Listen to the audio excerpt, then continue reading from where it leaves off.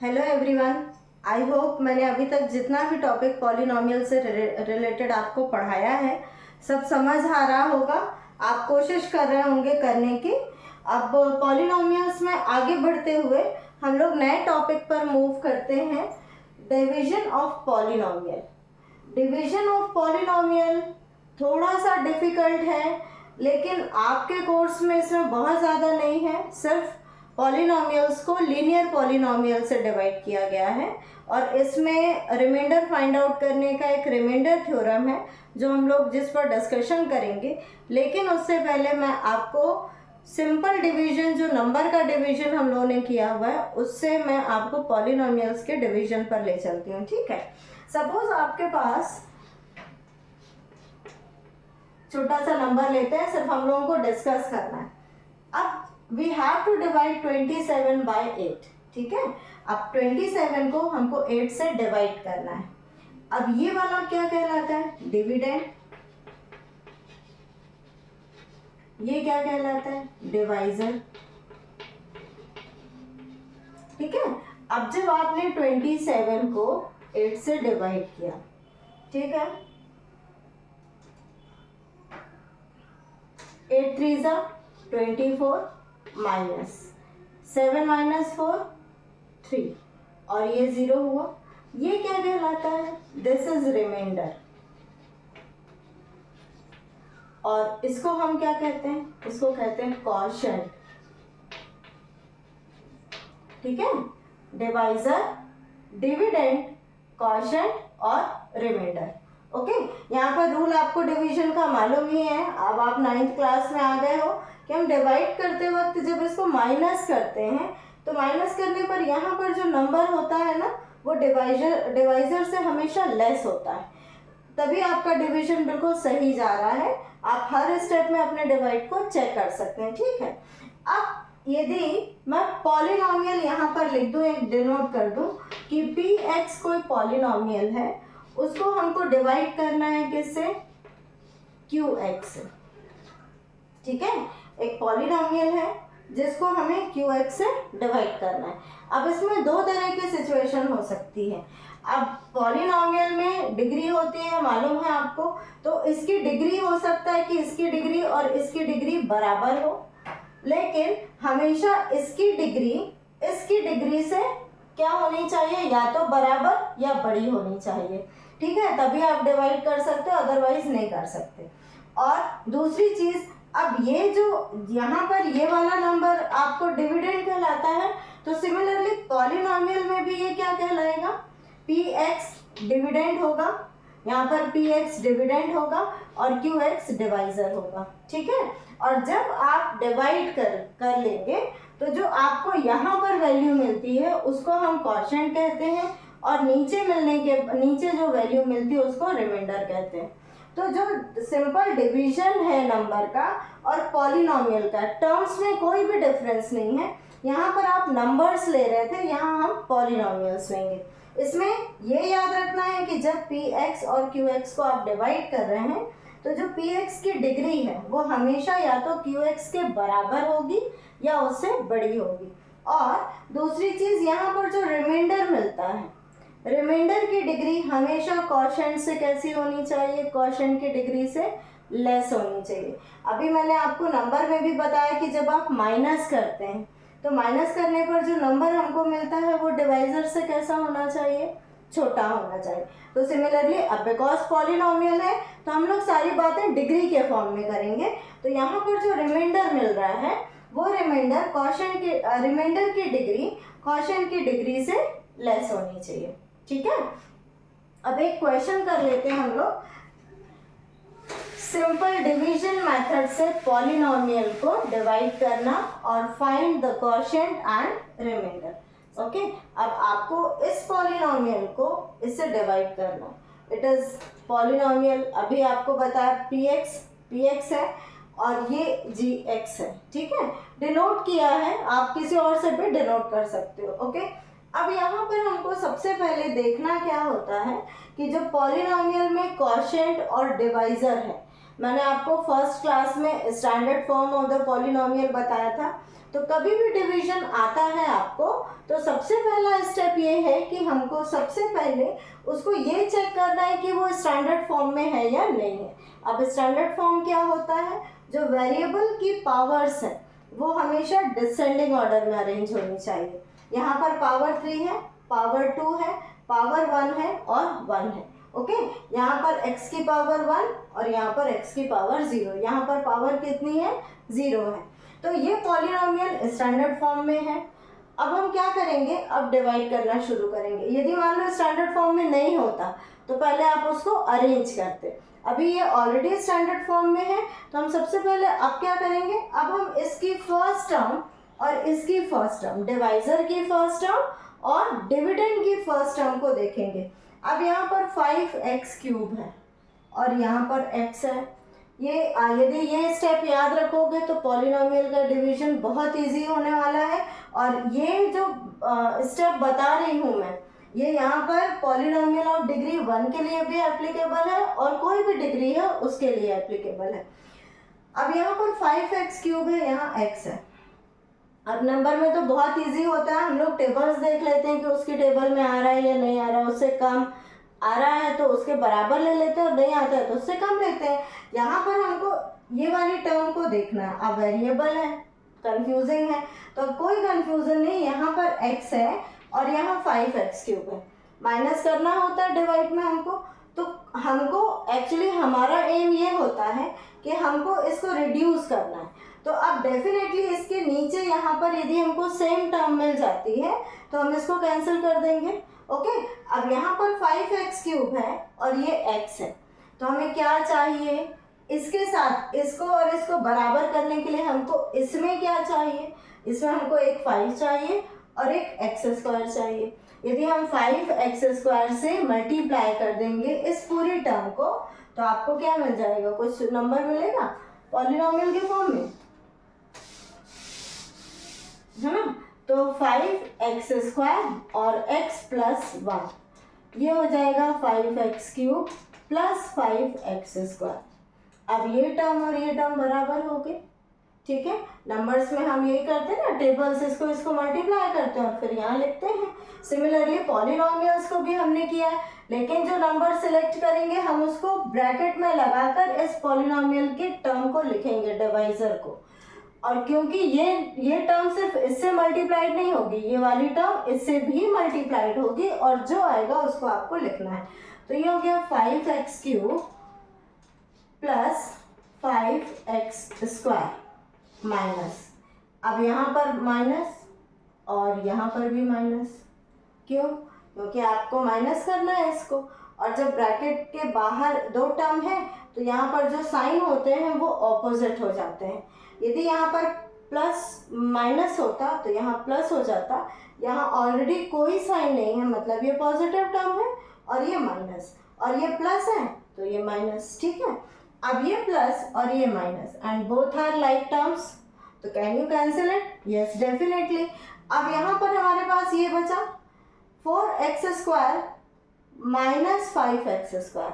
अब यहाँ पर इस साइन से आपको कोई काम नहीं, अब साइन आपका बदल चुका है इस नंबर का साइन क्या है, माइनस। अब प्लस माइनस क्या होता है, माइनस, तो यहाँ पर हो जाएगा -x²। अब इसको और डिटेल में नहीं गई हूँ क्योंकि 8th क्लास में आपने पॉलिनोमियल्स को, अलजेब्रिक एक्सप्रेशन को, एडिशन, सब्ट्रैक्शन, मल्टीप्लिकेशन करना सीखा है, ठीक है। इसलिए मैं डायरेक्ट अभी आपको डिवीजन का बेसिक कॉन्सेप्ट बताते हुए रिमाइंडर थ्योरम पर ले चलूंगी। अब 4x² - 5x², एक x² बच गया। अब हमारे पास जितनी टर्म है हम उसको लिख लेते हैं, 5x + 1।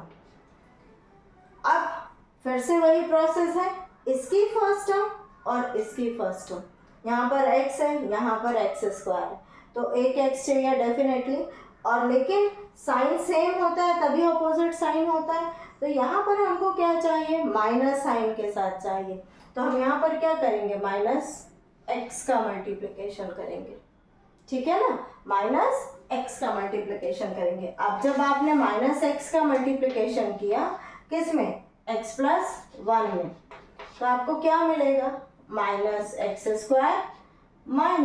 x। ये तो समझ आ रहा है ना, ठीक है। अब यहाँ पर minus x square minus x, ये जो आप करोगे उसको रफ वर्क में रख लेना। अब ये प्लस हो गया और ये भी प्लस हो गया क्योंकि दोनों माइनस में है, ठीक है। अब ये कैंसिल हो गया, रिड्यूस हो गई ये टर्म। अब minus plus minus, very good, तो माइनस 4x प्लस 1। अब मैंने माइनस साइन क्यों लगाया है, क्योंकि इसमें और इसमें ग्रेटर टर्म कौन सी है, ग्रेटर ये वाली है, वेरी गुड। तो ग्रेटर टर्म क्या हो गई, -5, तो 5 ग्रेटर है तो -4x प्लस 1। अब फिर से वही स्टेप, और अच्छा एक चीज और देखते जा रहे हो कि इसकी डिग्री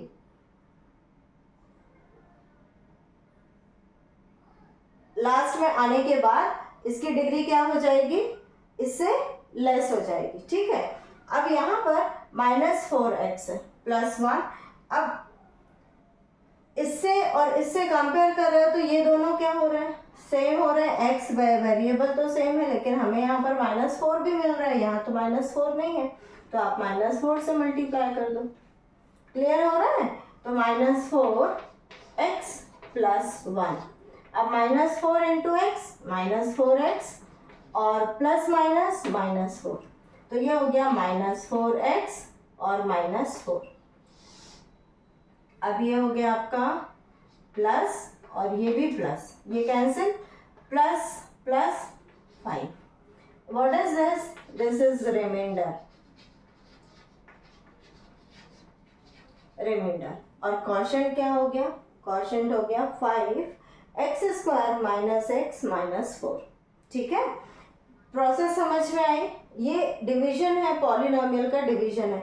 जो मेथड अभी मैंने आपको बताया कि आपको फर्स्ट टर्म को कंपेयर करके ये पता करना है कि आप कौन सा नंबर मल्टीप्लाई करोगे, ये हर पॉलिनोमियल के डिवीजन में एप्लीकेबल है यदि आप लॉन्ग डिवीजन मेथड अप्लाई करते हो, ठीक है।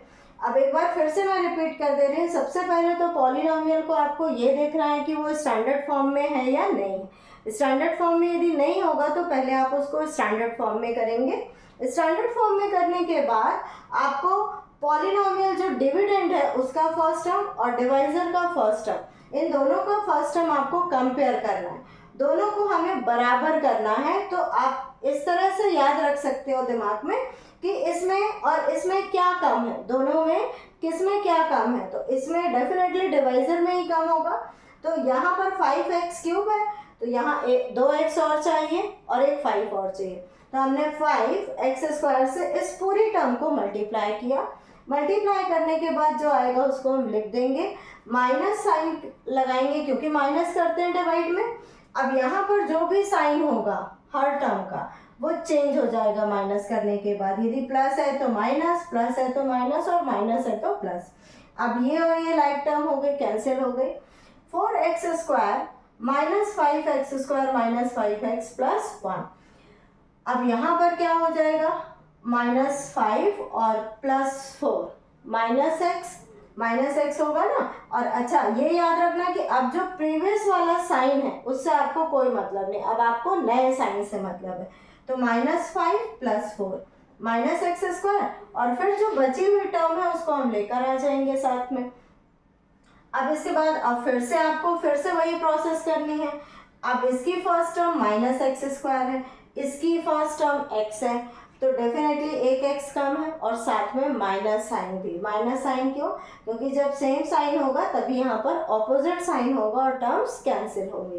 तो अब यहाँ पर आपने -x सिलेक्ट कर लिया, -x इससे मल्टीप्लाई हो जाएगा तो क्या मिल जाएगा, -x² -x। ओके, अब फिर से ये टर्म कैंसिल और ये हो जाएगा -5x + x, तो इट विल बी -4x + 1।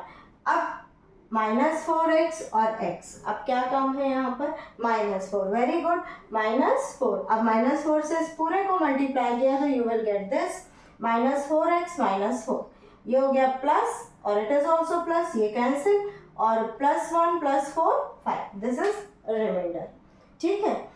अब मेन ये तो लॉन्ग डिवीजन मेथड हुई। अब हम रिमाइंडर थ्योरम इसी क्वेश्चन से डिस्कस करेंगे सो दैट कि आप रिलेट कर सको चीज़ों को। और रिमाइंडर थ्योरम सिर्फ ये याद रखना है कि रिमाइंडर थ्योरम हम उन पॉलिनोमियल में अप्लाई करते हैं जिसमें डिवाइज़र लीनियर होता है। लीनियर मीन्स जिसकी डिग्री 1 होती है। यदि डिवाइज़र लीनियर नहीं है तो you are not able to apply remainder theorem in that solution question. ठीक है, तो यहाँ पर लीनियर है, डिग्री इसकी 1 है और ये आपका पॉलिनोमियल है। इसमें क्या होता है, इसमें ये पूरी प्रोसेस नहीं करनी पड़ती, डायरेक्ट हम क्या करते हैं, रिमाइंडर को फाइंड आउट करते हैं। कैसे फाइंड आउट करते हैं इसको एक बार देख लेंगे।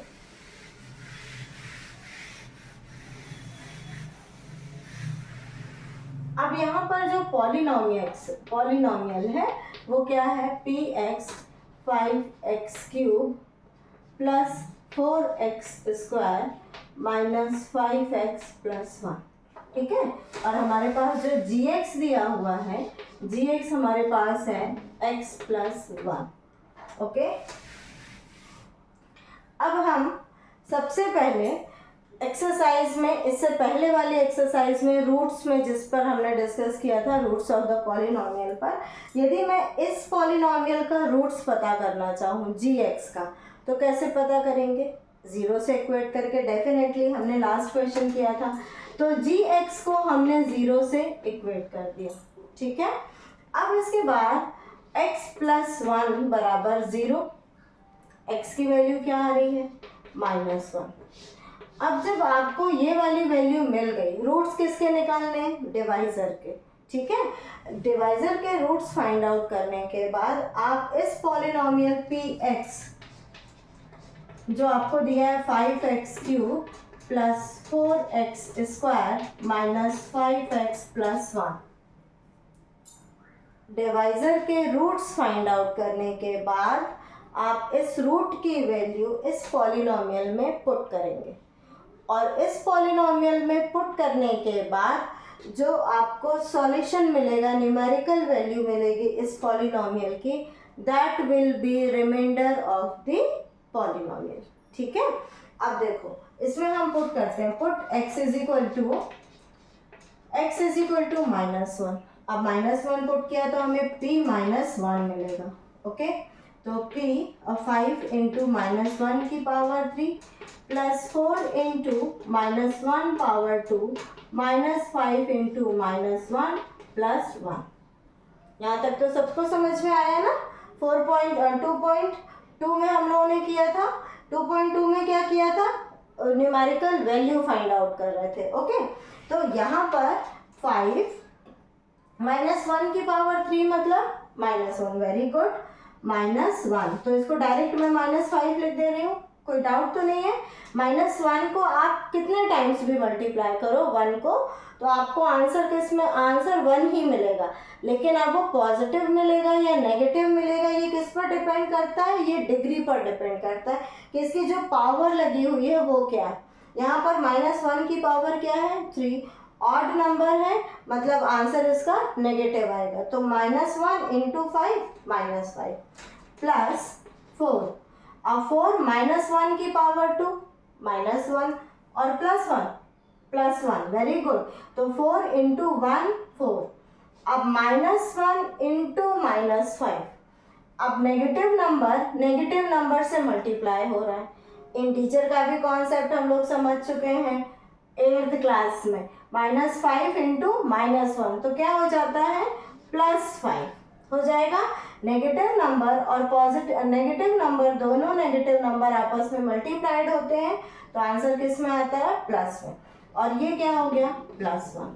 ठीक, अब -5 ये सब ऐड कर दो, +5 + 4 9 + 1 10। अब -5 + 10 क्या मिल रहा है, 5, तो p -1 is equal to 5। This is remainder. अब आई थिंक आपको रिलेट करने में कोई दिक्कत नहीं होगी, क्योंकि अभी हम लोगों ने लॉन्ग डिवीजन मेथड से रिमाइंडर क्या फाइंड आउट किया था, 5 फाइंड आउट किया था, है ना। तो यहाँ पर भी जब आप रिमाइंडर थ्योरम अप्लाई करें, अभी रिमाइंडर थ्योरम की डेफिनेशन हम लोग समझेंगे, अभी तो मैं डायरेक्ट आपको बता रही हूँ कि रिमाइंडर थ्योरम अप्लाई कर रहे हैं, तो अप्लाई करने के बाद आपको डायरेक्ट क्या मिल जा रहा है, रिमाइंडर। अब इसमें एक और कॉन्सेप्ट मैं आपको बता देती हूँ कि यदि आपको रिमाइंडर मिल रहा है न्यूमेरिकल वैल्यू कोई एक्सेप्ट 0, तो ये पॉलिनोमियल इसका फैक्टर नहीं है। ठीक है, फैक्टर से मतलब समझ रहे हो ना कि नंबर में हम क्या करते हैं, नंबर में दो सिचुएशन होती कि जब आप नंबर को डिवाइड करते हो तो रिमाइंडर आपको या तो 0 मिलता है या तो फिर कोई नंबर मिलता है। यदि 0 मिलता है तो जो डिवाइजर है वो डिविडेंड का कंप्लीट फैक्टर होता है। और यहाँ पर भी सेम कॉन्सेप्ट है, यदि आप gx से px को डिवाइड कर रहे हो और डिवाइड करने के बाद हमें रिमाइंडर यदि 0 मिलता है तो gx is a factor of px, और यदि रिमाइंडर 0 नहीं मिलता तो gx is not a factor of px। यहाँ पर gx उसका फैक्टर नहीं है। क्यों नहीं है? क्योंकि रिमाइंडर हमको कुछ मिल रहा है, 0 नहीं मिल रहा। यदि पूरा कट जाता है तो रिमाइंडर हमको क्या मिल जाता है, 0। ठीक है, समझ आ गया इतना। अब हम लोग रिमाइंडर थ्योरम की डेफिनेशन लिखते हैं और उसको समझते हैं। अब देखिए रिमाइंडर थ्योरम की डेफिनेशन क्या कह रही है, what is this, this is remainder theorem. Remainder theorem, ठीक है। रिमाइंडर थ्योरम क्या कह रहा है, let px be any polynomial of degree greater than और इक्वल टू 1। मतलब ये कंफर्म है कि जो पॉलिनोमियल px होगा उसकी डिग्री या तो 1 के बराबर होगी या फिर उससे ग्रेटर होगी, उससे लेस होगी तो ये थ्योरम अप्लाइड नहीं है। ठीक है, equal to 1 and a B any real number, A कोई भी रियल नंबर हो सकता है, रैशनल इरैशनल कुछ भी। चैप्टर 1 में हम लोगों ने रियल नंबर बहुत अच्छे से डिस्कस किया था। तो जैसे ही रियल नंबर आ रहा है तो आपके दिमाग में आना चाहिए कि रियल नंबर अपॉन के फॉर्म में भी हो सकता है, रूट में भी हो सकता है और विदाउट अपॉन और विदाउट रूट वाला भी हो सकता है। ठीक है, if px is divided by any linear polynomial, any linear polynomial मतलब gx, जिसकी बात अभी हम लोगों ने एग्जाम्पल में की थी, कोई भी पॉलिनोमियल वो कैसा होना चाहिए, लीनियर होना चाहिए। लीनियर का मतलब क्या है, डिग्री उसकी 1 होनी चाहिए। ठीक है, यदि कोई पॉलिनोमियल px है, इसकी डिग्री कुछ भी हो सकती है लेकिन 1 से या तो 1 के बराबर हो या 1 से ज़्यादा हो। ठीक है, वो पॉलिनोमियल यदि gx से डिवाइड किया जाएगा, लीनियर पॉलिनोमियल x माइनस ए। अब लीनियर पॉलिनोमियल है इसलिए इन्होंने x माइनस ए कर दिया क्योंकि इसमें डिग्री कितनी है, 1 है। ठीक है, अब then the remainder is pa। अब यदि कोई पॉलिनोमियल px लीनियर पॉलिनोमियल से डिवाइड किया जाएगा तो उसका रिमाइंडर क्या होगा, pa। अब a क्या है, a कोई भी रियल नंबर हो सकता है। इसका मतलब अभी आपने gx को 0 से इक्वेट करके gx के जीरोस निकाले थे, यहाँ पर हम x is equal to a put कर देंगे। सीधा सा मतलब ये है कि डायरेक्ट आपको रिमाइंडर फाइंड आउट करना है तो गिवन पॉलिनोमियल में x is equal to a put कर दोगे। अब यहाँ पर कोई भी नंबर हो सकता है तो x की जगह पर उस नंबर को पुट करने पर जो आपको न्यूमेरिकल वैल्यू मिलेगी वो क्या हो जाएगी, वो क्या हो जाएगा, रिमाइंडर ऑफ द पॉलिनोमियल। जो आप डिवाइड करने पर आपको रिमाइंडर क्या मिलेगा वो डायरेक्ट आंसर दे देगा। ठीक है ना, आई थिंक ये समझ में आया होगा। अब इस पर बेस्ड आप बहुत सारे क्वेश्चंस हम लोग 2.3 एक्सरसाइज में सॉल्व करेंगे। रिमाइंडर थ्योरम क्लियर है ना, इसको एक बार और अच्छे से देख लेना और अच्छे से रीड कर लेना तो अपने आप समझ में आएगा। एग्जाम्पल भी लिया था मैंने अभी आपको, दोनों मेथड से बताया, लॉन्ग डिवीजन मेथड से और थ्योरम को पुट करके भी बताया कि कैसे आप डायरेक्ट रिमाइंडर फाइंड आउट कर सकते हो। इसमें मैंने एक आपको अलग पॉइंट बताया है कि आपको पता करना है कि फैक्टर है या नहीं है। तो यदि रिमाइंडर 0 के बराबर होगा तो फैक्टर होगा और यदि रिमाइंडर 0 के बराबर नहीं है तो फैक्टर नहीं है। ठीक है, अब नेक्स्ट क्लास में हम लोग इसकी एक्सरसाइज करेंगे। Have a nice day to all of you.